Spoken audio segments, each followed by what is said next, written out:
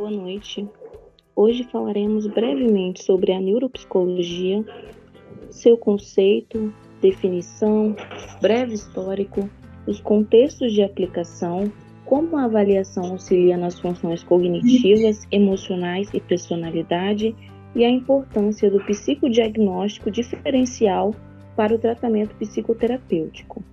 O grupo é composto por Eliane, Márcia, Tatiele e Tabata, e nós somos a turma de psicologia do 4º período do noturno. Os primeiros relatos de práticas médicas se deram entre 7.000 e 20.000 a.C. A trepanação é um destes primeiros relatos. De acordo com a crença daquela época, que era o misticismo, eles afirmavam que as enfermidades eram resultados de espíritos malignos que ficavam alojados na calota craniana, ou seja, era efetuado umas aberturas cranianas para que esses espíritos malignos eles viessem a sair do sujeito. Existiram também várias outras evidências e posteriormente ficaram muitíssimo famosas por ter já relatos que envolviam de fato a neuropsicologia. É o caso do papiro de Edwin Smith, que foi encontrado em 1700 a.C. O papiro, ele possuía vários casos clínicos, tratamentos, prognósticos e já continha um termo encéfalo. Foi uma evidência mais antiga e o que mais se destacou nessa evidência encontrada. Logo após, na Grécia Antiga, haviam várias discussões que buscavam estabelecer o centro das cognições do comportamento, que é o caso da hipótese cerebral, que era um conceito delimitado por Hipócrates. Esse conceito de hipótese cerebral indicava que o cérebro era o centro das funções mentais. E também a hipótese cardíaca, por Aristóteles. Para ele, o coração era o centro desta cognição e do comportamento. Mais tarde, nós vemos que a hipótese cerebral descrita por Hipócrates, ela foi perpetuada por vários outros pensadores famosos, que é o caso do médico romano Galeno. Os estudos dele influenciaram toda a Idade Média. E após a morte de Galeno, a Igreja Católica ela ainda distorceu todas as descobertas que ele havia efetuado, vinculado à teologia. A representação dos ventrículos é um caso em que a Igreja Católica ela pegou essa representação vinculando a Santa Trindade e muitos outros. Na Idade Moderna, o René Descartes também foi muito importante com a descoberta da glândula pineal, onde a glândula ela era o centro do material e do imaterial ela ficava exatamente no meio. Logo após também veio Franz Gall com a frenologia, que culminou a neurociência experimental. De acordo com a frenologia, o cérebro ele é um conjunto de órgãos separados que eram responsáveis por diferentes aptidões. Quanto mais a utilização de uma região, maior o desenvolvimento a nível físico daquela região e quanto menor ocorreria depressões na superfície craniana. Devido a isso, a frenologia culminou a neurociência experimental, que a partir daí vieram os experimentos com animais e tudo mais, testando partes separadas de um cérebro para ver se realmente afetaria um sentido.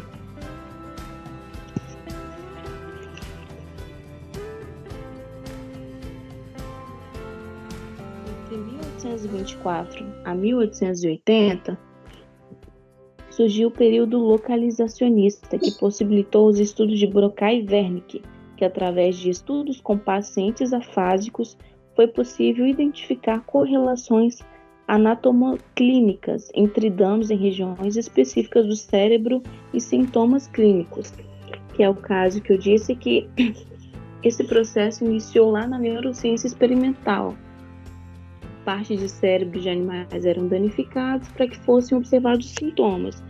Tudo isso levou até esse período localizacionista, onde surge Broca e Wernicke, com essas diferentes divisões do cérebro e como cada divisão afetada afetaria mesmo teriam correlações anatomoclínicas, ou seja, como cada região específica do cérebro influenciaria um sistema clínico. Já na idade contemporânea, um nome muito falado é o Alexander Luria, 1902 a 1977. Ele contribuiu com estudos relacionados a casos de soldados com lesões cerebrais, déficits cognitivos e métodos de reabilitação neurológica. Descreveu um modelo de funcionamento cerebral baseado no dinamismo, que são as unidades funcionais de Luria. A primeira unidade funcional, que é a atenção e vigília, a segunda, que é o processamento simultâneo e sucessivo, e a terceira, que é o planeamento. Contemporaneidade. Atualmente, com o avanço tecnológico e metodológico, possuímos inúmeros instrumentos e técnicas de observação da atividade cerebral, mas é de suma importância salientar que cada período, personagem, descoberta e evidência foi essencial para o desenvolvimento da neuropsicologia. Definição. A neuropsicologia é uma ciência que associa o estudo do sistema nervoso à análise comportamental e os processos psicológicos. É uma especialidade da psicologia que analisa como o sistema cerebral influencia as funções cognitivas.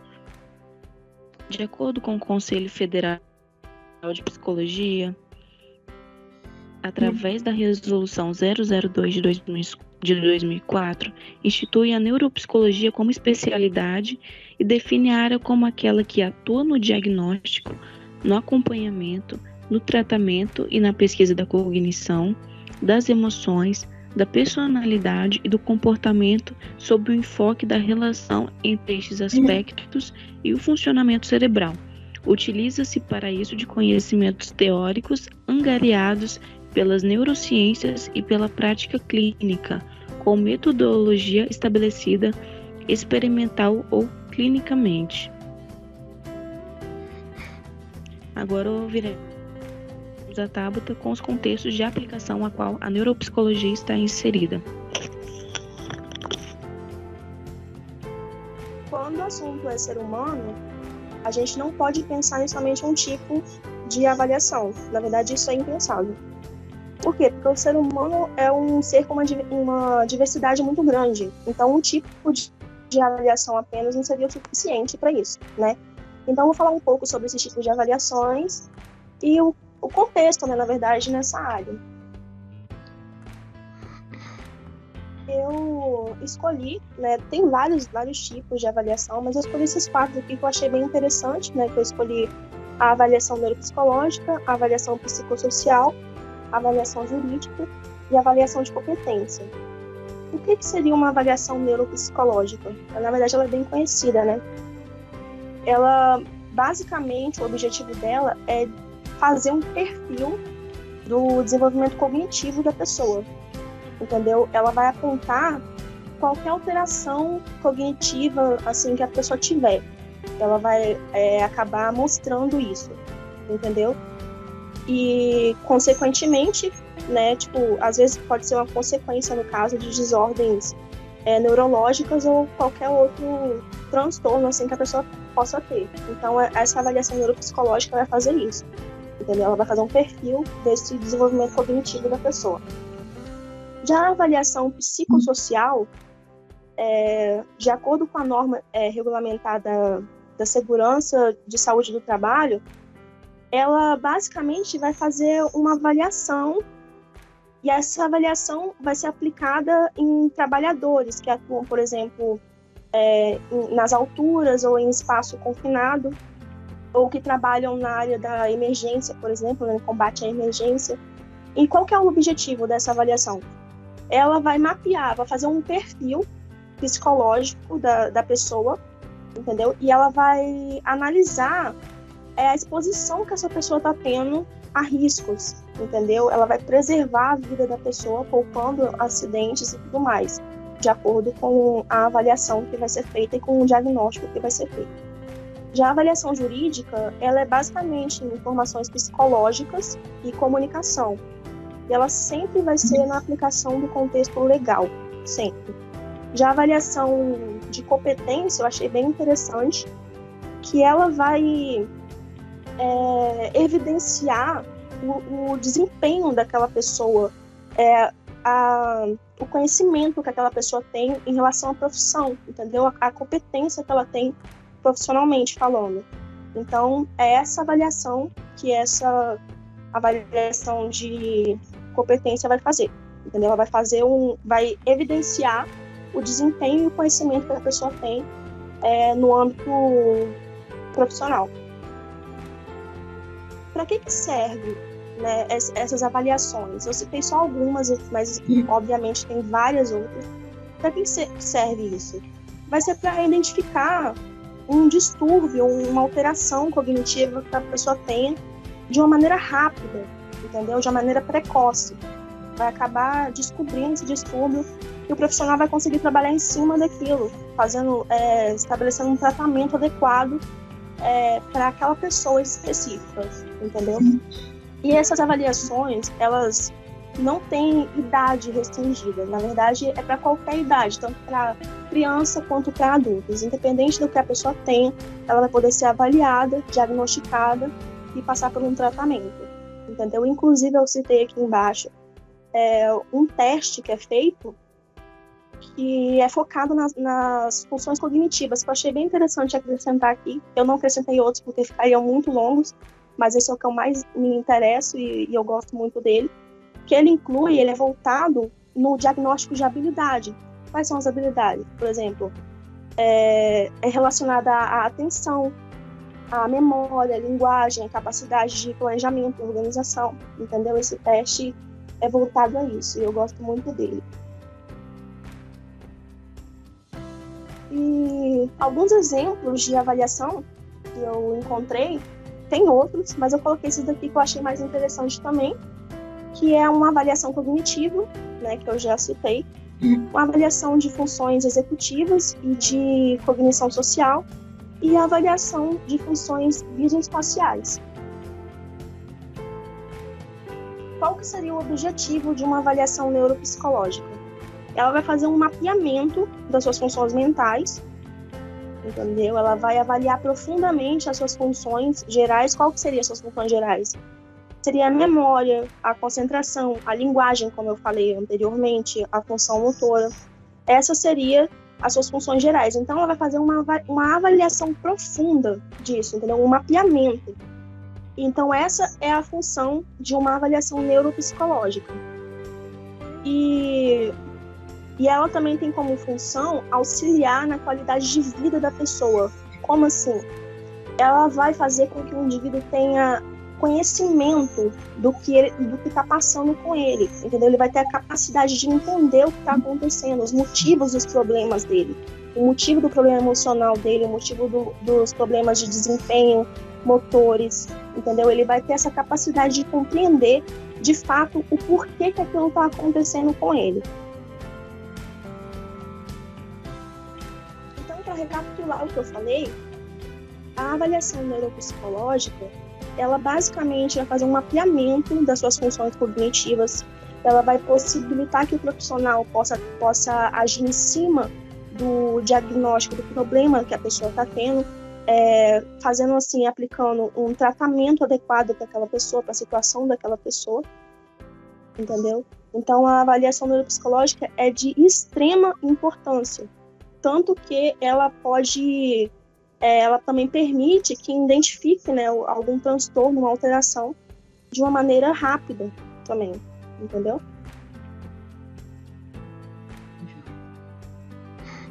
Então, eu dei uma pesquisada sobre algumas áreas que são avaliadas. Eu achei interessante acrescentar isso também na minha parte.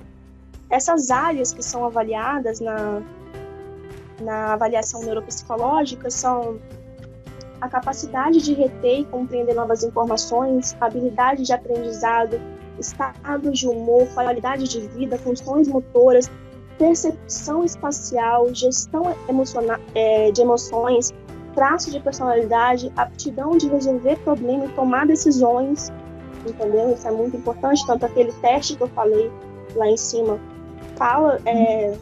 ele avalia exatamente esse ponto aqui, níveis de motivação e oralidade. Agora eu vou deixar a palavra com a minha colega de trabalho, Márcia. Então, dando continuidade ao que a Tabata falou, o diagnóstico diferencial, ele vai possibilitar novas alternativas diagnósticas, né? Níveis de funcionamento da natureza patológica. Ele vai favorecer a melhor forma de tratamento, porque tem a sua singularidade, né? Tem seu problema, a sua deficiência. Então, esse diferencial, o nome já fala, né? Diferencial. Ele vai buscar, a partir de cada mente, cada processo que a criança ou adulto ou adolescente está passando, para que seja feita essa avaliação. É importante, né, salientar que os diagnósticos diferenciais, eles se referem às doenças possíveis do paciente, que vai explicar, né, os seus sinais e seus sintomas, e não diferentes métodos utilizados, né, para chegar nesse prognóstico. São hipóteses, né, mas que podem ser confirmadas ou não. Então, porém, é sempre importante ter esse cuidado para que o tratamento, né, cada pessoa vai ter uma forma de tratamento. Então, de acordo com esse mapeamento, com todo esse diferencial, né, a pessoa possa ter esse tratamento adequado, né, adequado na hora do diagnóstico. Então, o diagnóstico diferencial nada mais é do que uma lista, né, de possíveis explicações para esses sinais e sintomas do paciente. Um médico ou o psicólogo, né, o neuropsicólogo vai fazer uma lista, né, dessas histórias clínicas, né, para poder depois fazer o tratamento, né, de acordo com o que foi relatado, de acordo com o que foi mapeado na hora de fazer esse diagnóstico. A avaliação, ela tem como objetivo, né, auxiliar no diagnóstico diferencial, né, do transtorno de aprendizagem e intelectual. E trata-se também de uma dúvida bastante frequente que as crianças, né, com transtornos de aprendizagem, elas podem também apresentar problemas comportamentais, né, e se assemelha àquelas observadas com as limitações intelectuais. Então, esse mapeamento cognitivo nos quadros psiquiátricos, no início da infância, da adolescente, por exemplo, o transtorno do déficit de atenção, né, da hiperatividade, o transtorno bipolar, esses transtornos da abrangência, do desenvolvimento, entre outros. Então, nos transtornos psiquiátricos, é comum o envolvimento, né, dessas funções frontais. Então, as funções executivas, elas são muito importantes, né, para esse aprendizagem, o desenvolvimento também na vida acadêmica, né? Então, essa avaliação, ela vai, diferencial, ela vai auxiliar nesse diagnóstico, e as pessoas também que têm problemas epiléticos também, né, que fazem também uso de anticonvulsivantes, eles vão fazer com que cada mapeamento desse vai ser de forma diferente, essa avaliação. E aí, né, depois eles vão ter um diagnóstico mais preciso, um tratamento mais adequado para cada pessoa. Novamente, eu sou a Eliane, dando continuidade ao que a Márcia e a Tabata falaram, as colegas falaram. Outro fator também importante para o psicodiagnóstico é a questão dos encaminhamentos, que se faz, né, para o acompanhamento com o psicólogo. Em algumas pesquisas que eu fiz, eu percebi que a maioria dos encaminhamentos são feitos por escolas, né? Um autor traz aqui que mais de 50% são das escolas. Outro dado interessante é que os professores costumam ser os informantes nesses encaminhamentos, né?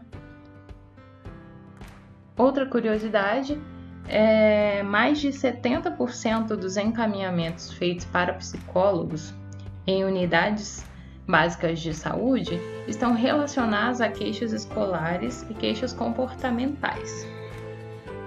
Desta forma, a escola é o agente que mais faz encaminhamentos para o psicodiagnóstico e o motivo disso são as dificuldades de aprendizagem, como a Márcia já citou, e as questões comportamentais.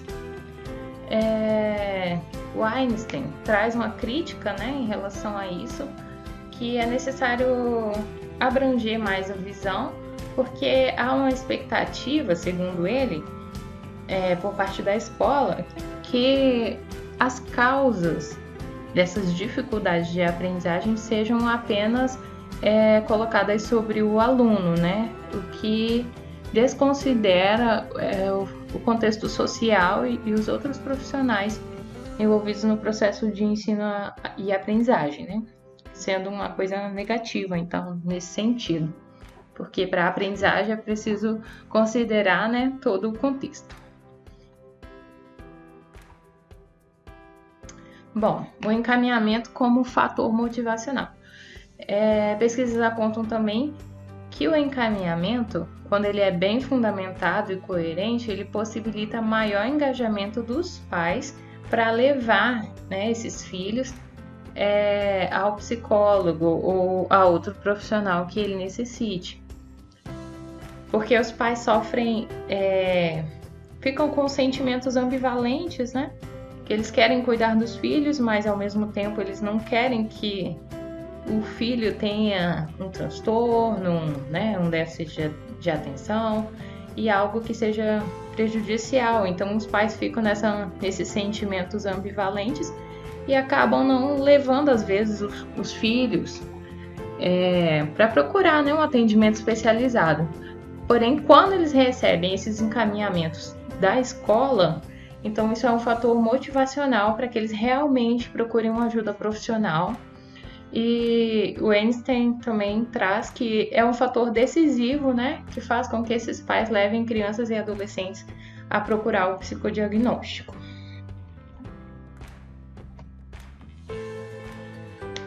Outro fator importante é a precisão nesses encaminhamentos. O Einstein também, em sua pesquisa, encontrou diferentes termos utilizados nos encaminhamentos para psicólogos. Dentre os termos tinham avaliação psicológica, avaliação emocional, avaliação psicodiagnóstica e psicodiagnóstico. Dentre esses termos, os mais utilizados eram o termo psicodiagnóstico e a avaliação psicodiagnóstica. Esses dois termos tinham função similar, né, das pessoas que descreveram. Eles se referiam à utilização de testes, né, ou seja, de instrumentos psicológicos para de fato fazer o diagnóstico, né, que é feito pelo psicólogo nesse caso. Então, a maioria dos encaminhamentos é para esse fim, né, para o psicodiagnóstico. Porém, a imprecisão na descrição do encaminhamento pode trazer dificuldades no sentido de compreender o que se está pedindo naquele encaminhamento, né? Porque a escola encaminha, a maioria das vezes é a escola, né? Então encaminha para o profissional e então chega lá às vezes com termos vagos ou pouco utilizados, e isso pode dificultar, né, para que o psicólogo compreenda o que está sendo pedido, qual a avaliação que se deseja, né, naquele encaminhamento. Isso traz também uma dificuldade em relação à devolutiva, né, que o psicólogo recebe esse encaminhamento, faz a avaliação e dá uma devolutiva para o outro profissional que fez, né, o encaminhamento. Então, a imprecisão dificulta a questão da comunicação e do tipo de avaliação a ser feita. Por isso é necessário que os encaminhamentos sejam precisos, né, e descritos com clareza, para que ambas as partes, né, compreendam bem o que precisa ser feito.